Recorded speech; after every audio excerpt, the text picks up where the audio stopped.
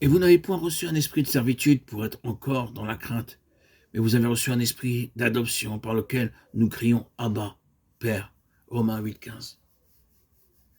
Dans la Grèce antique, il était de coutume chez les gens riches, lorsqu'un jeune homme atteignait ses 22 ans environ, que le père rassembla tous ses amis, ses parents et ses voisins et dise « Mes amis, maintenant mon fils a atteint l'âge de maturité.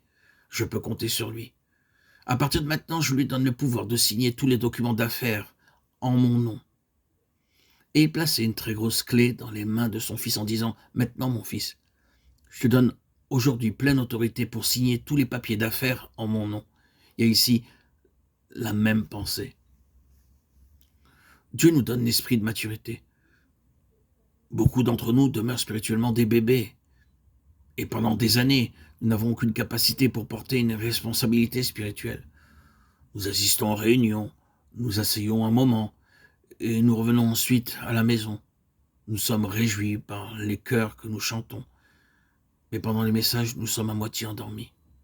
Nous n'avons pas d'intérêt pour l'œuvre de Dieu et aucun désir d'assumer une responsabilité active dans la maison de Dieu. C'est notre vie de chrétien. Mais en tant que croyants, nous sommes appelés par Dieu à des responsabilités. Le Seigneur a donné à chaque croyant une œuvre ou un travail à faire, et il doit le faire.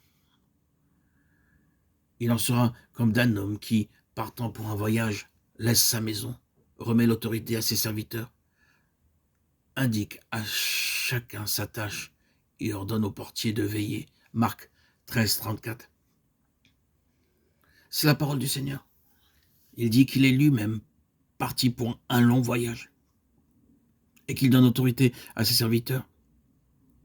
Ce qui signifie que les apôtres, les prophètes, les évangélistes, les pasteurs et les docteurs ont le pouvoir d'apporter la parole de Dieu avec autorité. Puis il dit à chacun sa tâche. Le Seigneur Jésus-Christ a donné à chaque croyant un travail à faire, et quand il reviendra, nous aurons à lui rendre des comptes sur les différents talents que nous aurons reçus de lui, que ce soit 5 talents, 3 ou 2. Ainsi, beaucoup de croyants n'ont aucun désir de faire un travail quelconque dans la maison de Dieu. Mais l'esprit de maturité nous est donné pour nous aider à porter le fardeau et à dire par la foi, Seigneur Jésus-Christ, donne-moi un travail, donne-moi une œuvre à faire pour toi. Quelquefois, étant invité dans une famille, vous êtes heureux de laver la vaisselle, de brosser le parquet, de laver les vêtements. Mais dans la maison de Dieu, vous y allez pour y dormir. Vous avez des capacités pour laver la vaisselle, brosser le plancher ou laver les chemises. Mais dans la maison de Dieu, vous ne voulez pas travailler. Si vous voulez croître spirituellement, vous devez avoir un travail dans la maison de Dieu. Vous devez le découvrir par la prière. Seigneur, dites-moi quel est mon travail, quel est mon service dans ta maison. Et je le ferai joyeusement. Ce qu'il dit, faites-le, car c'est ainsi que nous croissons spirituellement par l'œuvre du Saint-Esprit.